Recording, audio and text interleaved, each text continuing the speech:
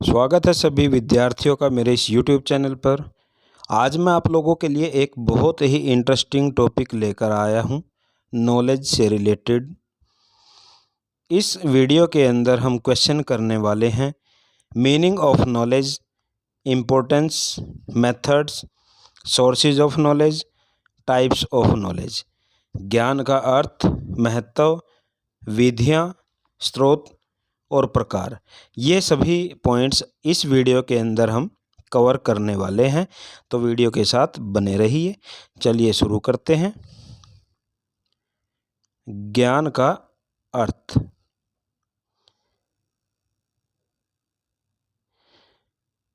ज्ञान शब्द ज्ञ धातु से बना है, जिसका अर्थ है जानना, बोध, साक्षात अनुभव अथवा प्रकाश। सरल शब्दों में अगर कहा जाए तो किसी वस्तु अथवा विषय के स्वरूप का वैसा ही अनुभव करना पूर्ण ज्ञान है। ज्ञान एक प्रकार की मनोदशा है। ज्ञान ज्ञाता के मन में पैदा होने वाली एक प्रकार की हलचल है। ज्ञान वह है जो मनुष्य के मन को प्रकाशित करता है। ज्ञान हमारे मन की आँखों को खोलता है। यह अज्ञानता और अंधविश्वासों से हमें दूर ले जाता है। आइए जान लेते हैं ज्ञान का महत्व। ज्ञान को मनुष्य की तीसरी आँख कहा गया है। ज्ञान मनुष्य को अंधकार से प्रकाश की ओर ले जाता है। ज्ञानी मनुष्य अपना तथा दूसरों का भला कर सकता है। ज्ञान सत्य तक पहुँचने का साधन है। ज्ञान धन की तरह है, जितना प्राप्त होता है उतनी ही इच्छा बढ़ती जाती है। ज्ञान से चरित्र निर्माण होता है। ज्ञान कर्मबद्ध चलता है। ज्ञान से मनुष्य का मनोबल व आत्मविश्वास बढ़ता है।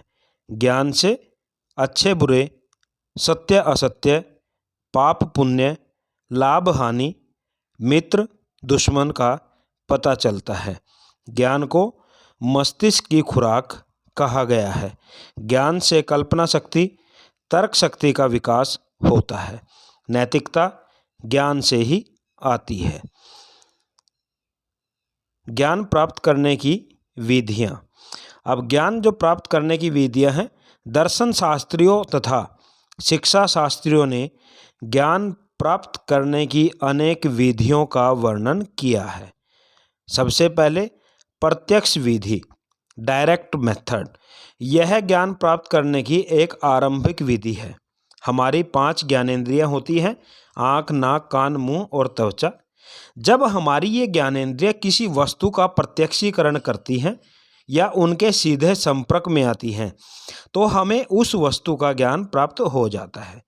यही ज्ञान प्राप्ति की प्रत्यक्ष विधि कहलाती है। दूसरा है आगमन विधि, इंडक्टिव मेथड। यह विधि तर्क पर आधारित होती है। जो ज्ञान प्रत्यक्ष विधि से प्राप्त नहीं हो सकता, उसे इस विधि के द्वारा प्राप्त किया जा सकता है। इस विधि में हम विशेष से सामान्य की ओर बढ़ते हैं, अर्थात पहले कुछ उदाहरण प्रस्तुत किए जाते हैं, फिर उन उदाहरणों के आधार पर किसी सामान्य निष्कर्ष तक पहुंचा जाता है। उसके बाद नेक्स्ट आ जाता है निगमन विधि, डिडक्टिव मेथड। भारतीय दर्शन में ज्ञान प्राप्त करने की इस विधि का भी वर्णन किया गया है। यह विधि भी तर्क पर आधारित होती है। यह तर्क आगमन के विपरीत निगमन प्रकार का है, अर्थात इसमें सामान्य से विशेष की ओर बढ़ते हैं, यानी पहले मान्यताएं आती हैं, फिर उदाहरणों के माध्यम से उसको समझाया जाता है। नेक्स्ट आ जाता है प्रयोग विधि, एक्सपेरिमेंटल मेथड। प्रयोगवादी विचारक इस विधि को ज्ञान प्राप्ति की सर्वोत्तम विधि मानते हैं। उनके अनुसार प्रयोग करने पर यदि कोई वस्तु या विचार हमारे लिए उपयोगी सिद्ध होता है तो वह सत्य है, वह वास्तविक है। उसके बाद नेक्स्ट आ जाता है अंतःप्रज्ञा, इंट्यूशनल मेथड। विभिन्न दर्शन इस विधि को स्वीकार करते हैं। आदर्शवादी ज्ञान प्राप्ति में इसे विशेष महत्व देते हैं। जो ज्ञान अन्य विधियों से प्राप्त नहीं किया जा सकता, उसकी प्राप्ति इस विधि से संभव है। अंतःप्रज्ञा यानी इतना लीन हो जाना कि स्वयं को उस वस्तु में और उसका भावनात्मक संबंध अपने साथ जोड़ लेना। तो इस तरह से जैसे परमात्मा ईश्वर का साक्षात्कार करने के लिए आध्यात्मिक विधि है। उसके बाद नेक्स्ट आ जाता है एकाग्रता एवं ध्यान विधि, कंसंट्रेशन एंड मेडिटेशन। यह भी एक प्रकार की आध्यात्मिक विधि है। ध्यान और एकाग्रता के बिना ईश्वर की प्राप्ति संभव नहीं है। चित्त वृत्तियों को अन्य बाहरी विषयों से हटाकर एकाग्रचित्त होकर ध्यान को ईश्वर में लगा लेने से ही हम उसका ज्ञान प्राप्त होता है। अनेक संत महात्माओं ने इसी विधि से परमात्मा का साक्षात्कार किया है। उसके बाद नेक्स्ट आ जाता है प्रभावित व्यक्ति से ज्ञान। प्रभावित व्यक्ति से ज्ञान का अर्थ होता है यदि किसी व्यक्ति से हम प्रभावित हो जाते हैं और प्रभावित होने के बाद उससे यदि किसी प्रकार का ज्ञान हमें मिलता है तो वो आ जाता है प्रभावित व्यक्ति से ज्ञान विधि के अंदर, अपील टू ट्रेडिशन।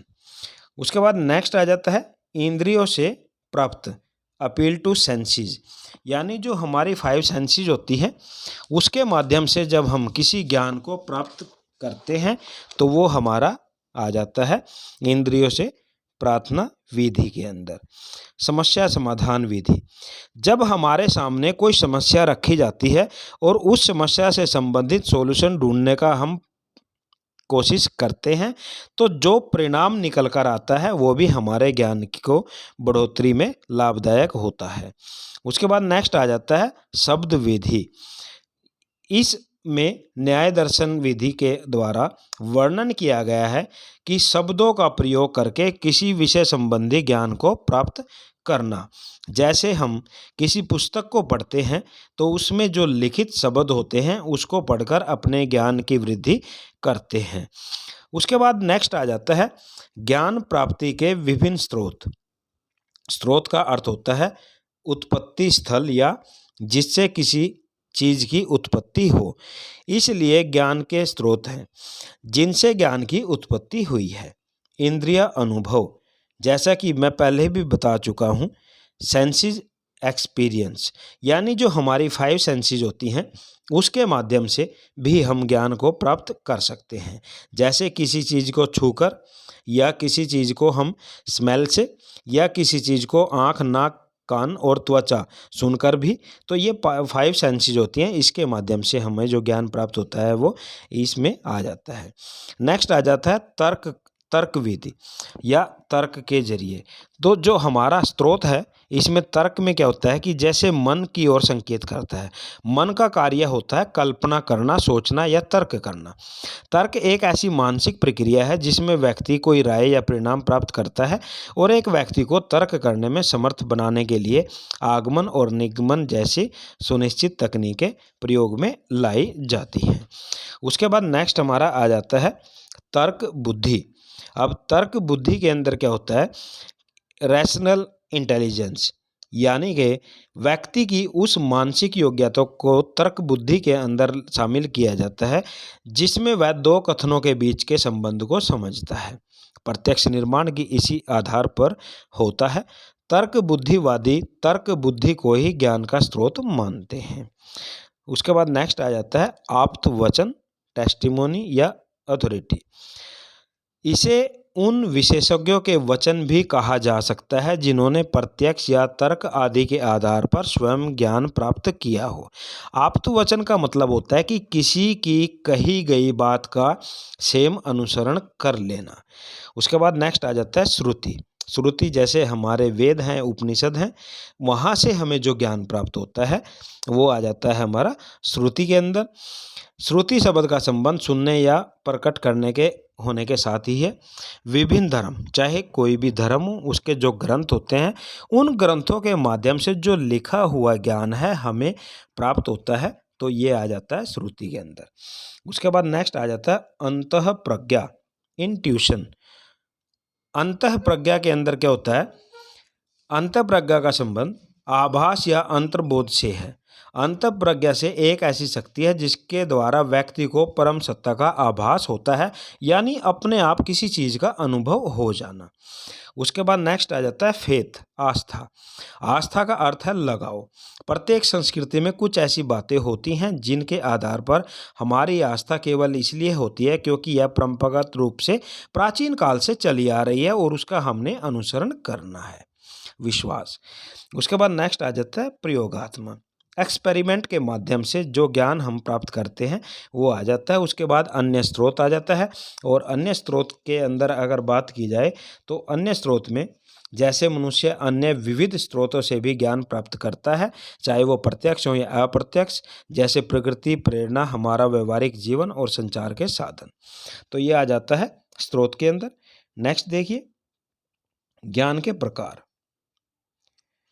ज्ञान की प्रकृति को समझने के बाद अब यह जानना जरूरी हो जाता है कि ज्ञान के जो प्रकार हैं वो प्रकार कौन कौन से हैं।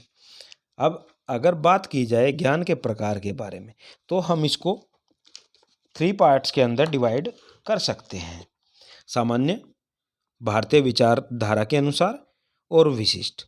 सामान्य के अंदर प्रागुण भाविक या एप्रियोरी नॉलेज आ जाती है, और प्रायोगिक नॉलेज आ जाती है या प्रायोगिक ज्ञान आ जाता है। अब एप्रियोरी नॉलेज क्या होती है, या एप्रियोरी ज्ञान जो नॉलेज होती है या ज्ञान होता है जो हम इसको प्रागुण भाविक भी बोल सकते हैं। तो ये कौन सा होता है? जैसे उदाहरण के तौर पे अगर बताया जाए भाई तर्क और गणित आपस में मिलते हैं। किसी बच्चे को आपने बता दिया 5 + 7 कितना होता है? 12 होते हैं।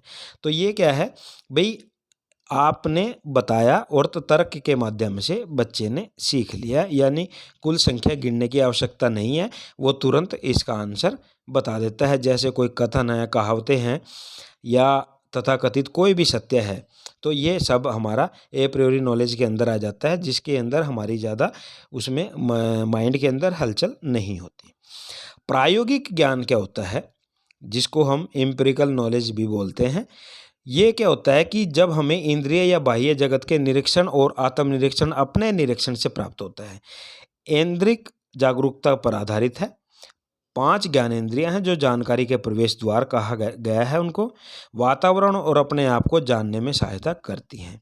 यानी जो इनके माध्यम से हम ज्ञान प्राप्त करते हैं वो हमारा आ जाता है एम्पिरिकल नॉलेज में। नेक्स्ट आ जाता है फिर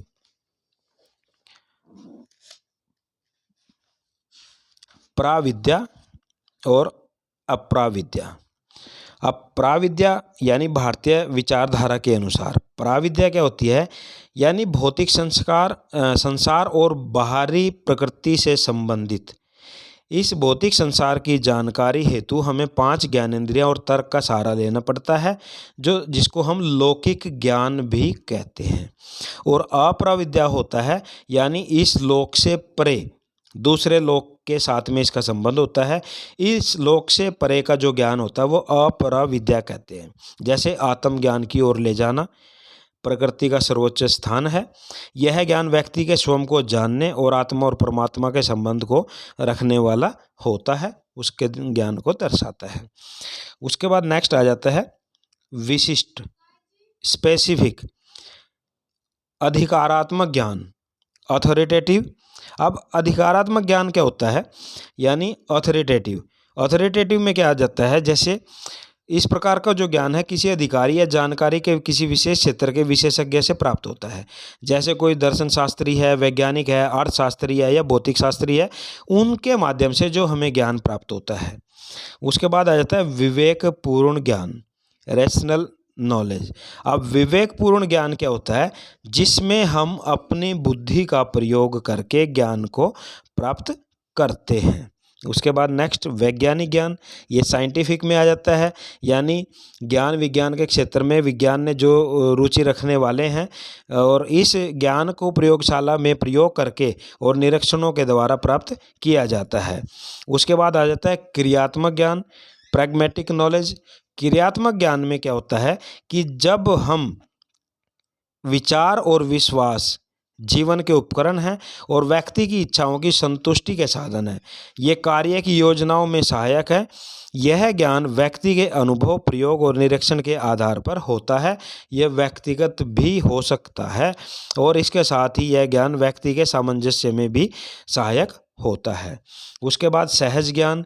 सहज ज्ञान का देखिए, सहज ज्ञान क्या होता है? जब हमें किसी ज्ञान के बारे में स्वभाव से ही, व्यक्तिगत हो या नैसर्गिक, उसका जो ज्ञान है वो सहज हो जाता है। इसमें न तो इंद्रियों से, न तर्क से, न व्यक्तिगत अनुभव से मतलब प्रयोग किया जाता है, बल्कि अपने आप ही किसी चीज़ का ज्ञान हो जाता है। यानी अपने आप ही किसी चीज़ के बारे में मतलब महसूस होने लग जाता है, वो सहज ज्ञान में आ जाता है।